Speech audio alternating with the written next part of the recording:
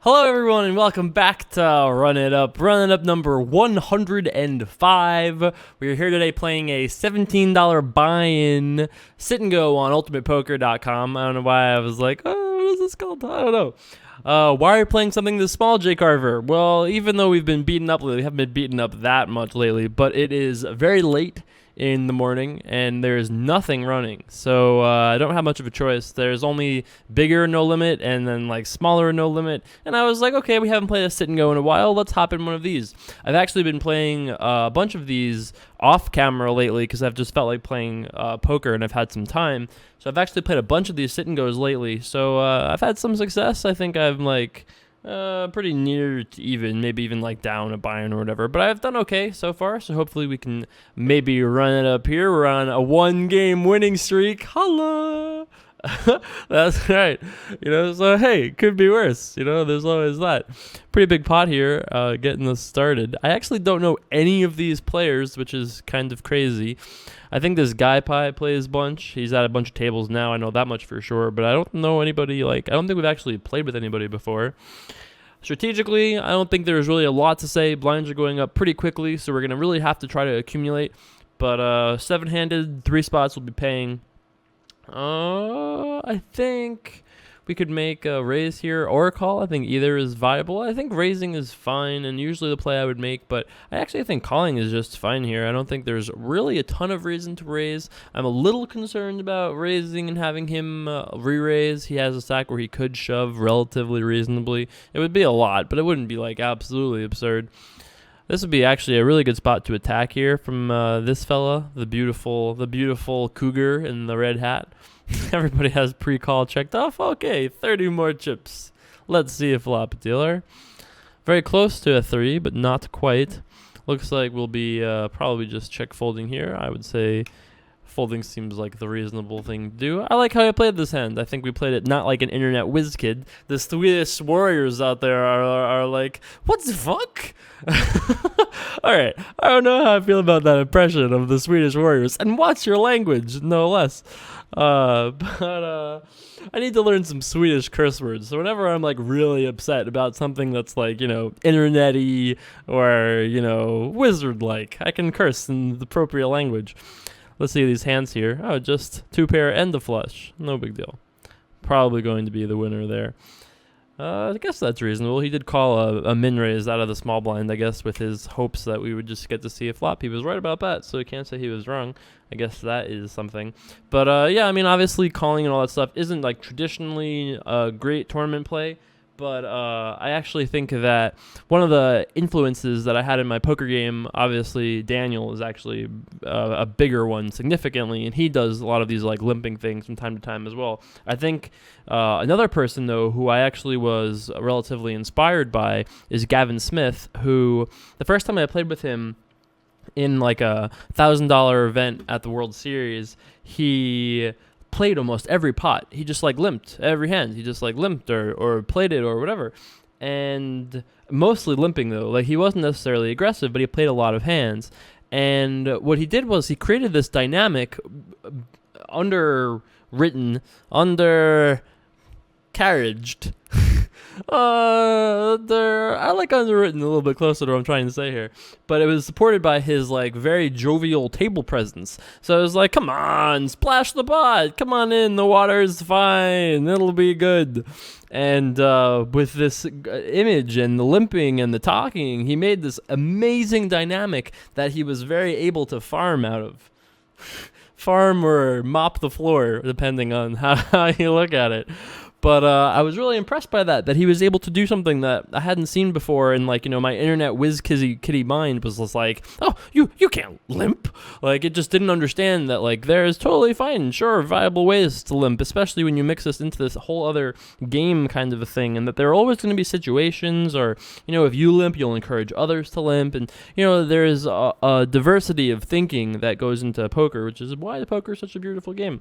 And I think that it's bad. It's always going to be bad to just try to be like, I don't do that. I just don't. Like, what does that mean? Like, I think that the best poker players should always be adapting and reflecting. We went through this a couple videos ago. I feel like we you want to you want to keep your mind open to as many different paths as possible, even if the paths are ultimately bad, or even if you like really sense that like that's probably not good. There's still probably some logic, some thought process, or some situation that what you're evaluating might be applied to, right? Like surely it would be good to limp with in a game where there are super aggressive people behind you that react very aggressively to limps, but they might not to raises. Well, that's a perfect scenario why limping could be great.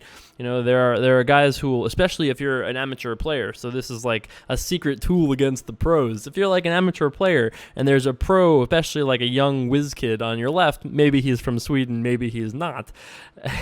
If there's one of these kids on your left and you limp, you may very often see a raise out of your opponent there that you can then, if you're predicting that correctly, you know that he knows that you know. Maybe he doesn't know you know anything.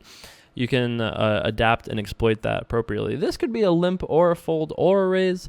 I think I'm just deciding to fold because I don't really know this guy. And I found in these sit and goes that tight seems to be right, at least in this stage. There's good spots to attack, but, I think generally speaking, folding this seems fine.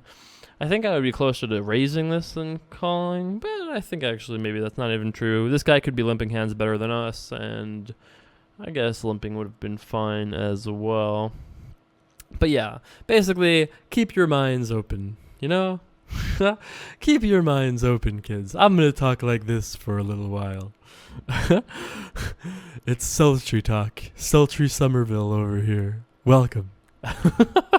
I don't like that. I have one day you'll find out, maybe, sort of, but I guess I can talk about that before I talk about this weird tangent. But sorry there was no video yesterday. I was totally planning on doing a video, and then I woke up and I had an email, and it was an awesome email, but I had to deal with it immediately. It was like a do this right now kind of opportunity. And so I did. By the way, we were pretty close. We were right in the same ballpark as that guy with the ace-4.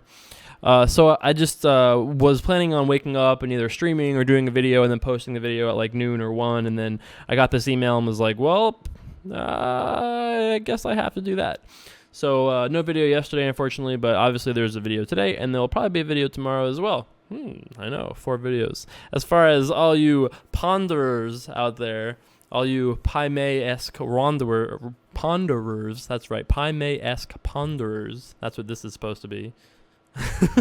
Something like that. I don't know. It's been a while.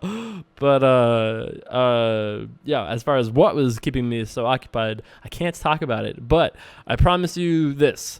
If nothing comes of it, I will tell you. And if something comes out of it, it will be awesome. It would be the single biggest opportunity that I have ever been given outside of poker. And you don't really get opportunities in poker, so I don't think that even really counts. It might be the biggest opportunity of my life, period. And can't talk about it, unfortunately. I'm bound to secrecy, but would be pretty amazing, and you guys would love it. Love it, for sure. So it might mean less videos for the short term, but doesn't mean less videos in the long term. In fact, probably means quite more. Anyway, I think I've been mysterious enough for the time being. Running up mysteries, hashtag trending on Twitter. What's Jay Carver up to? He's starting an apothecary. Yes, that's what it is. Jay Carver's Alchemy Services. We've been over the mortar and pestle before, haven't we? That's one of my favorite hand gestures. I feel I'm not going to demonstrate it, but I feel like it's a good one. Here we have a decision between raising and checking. I'm never checking, so it's a question of how much we're raising. I think we could raise this much or this much. I think either of those much is fine.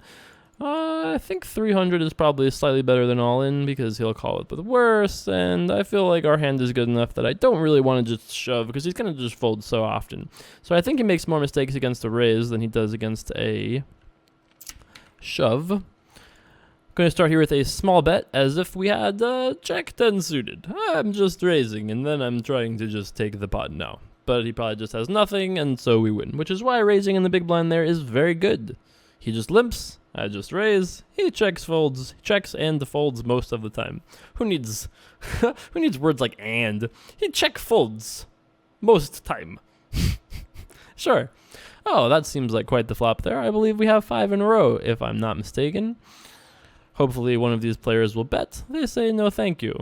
And then we turn the sad card. Well, I mean, okay, I bet. I guess. I mean, I don't think I like checking.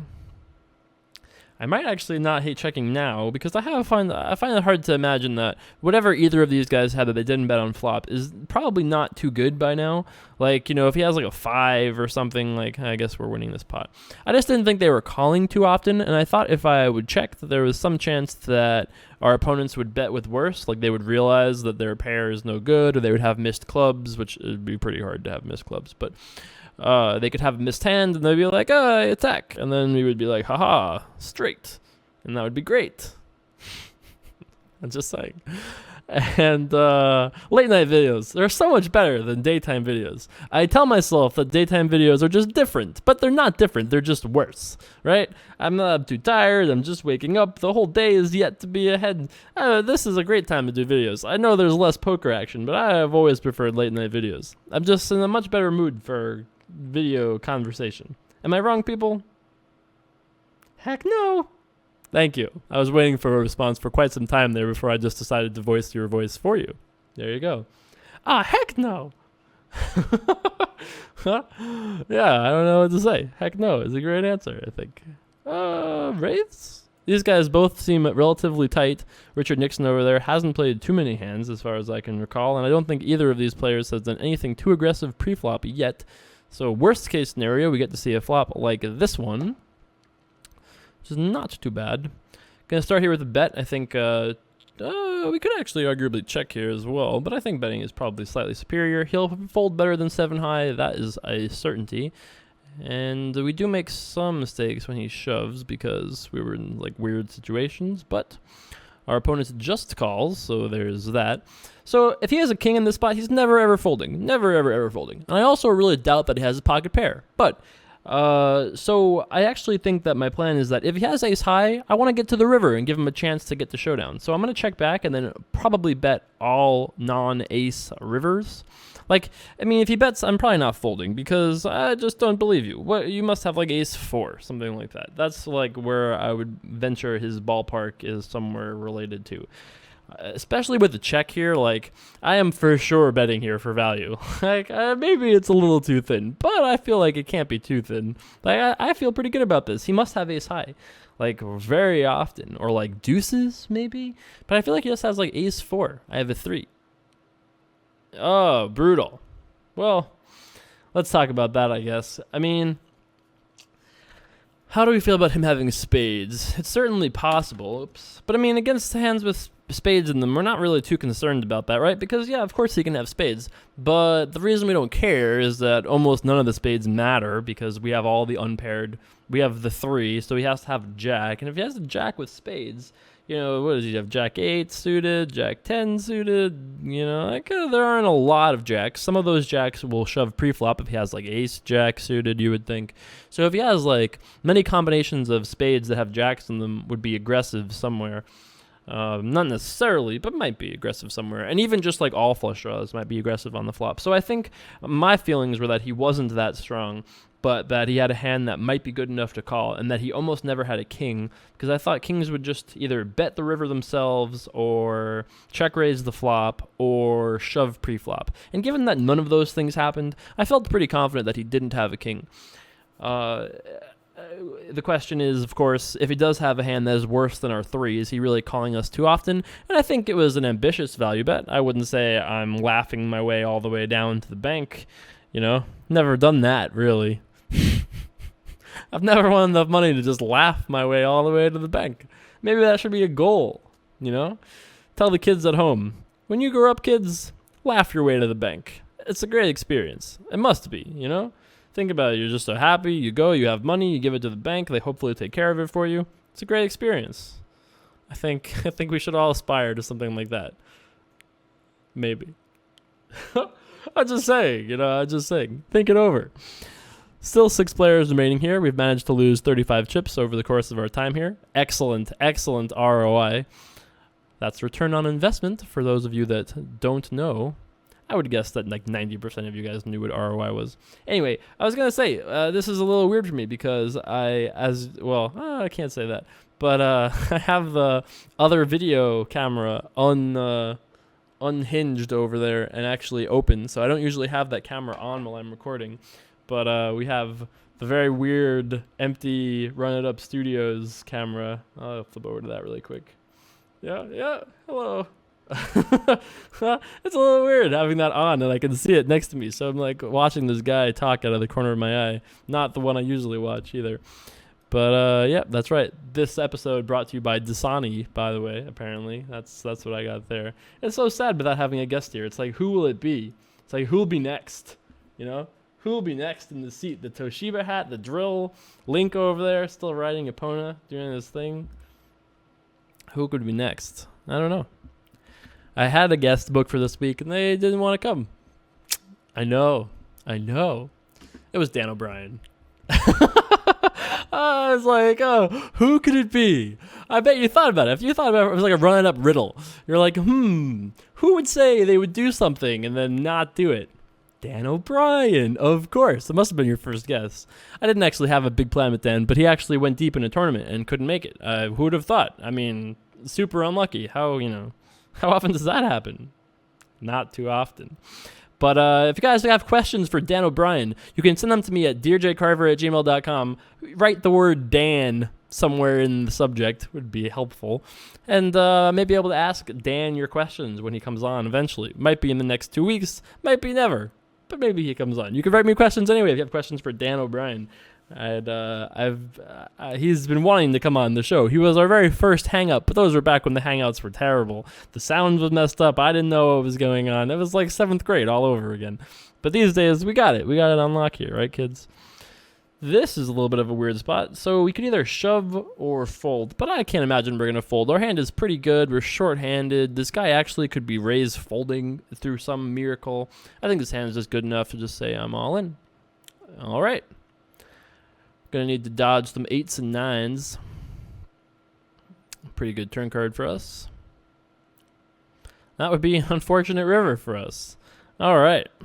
Well, I don't think there are any other sit and goes or anything like that for us to play. Don't really want to play the $7 thing, and there's no open cash games. So he gave us the old Wii treatment. You guys can't see it in chat, but he gave me the old Wii treatment.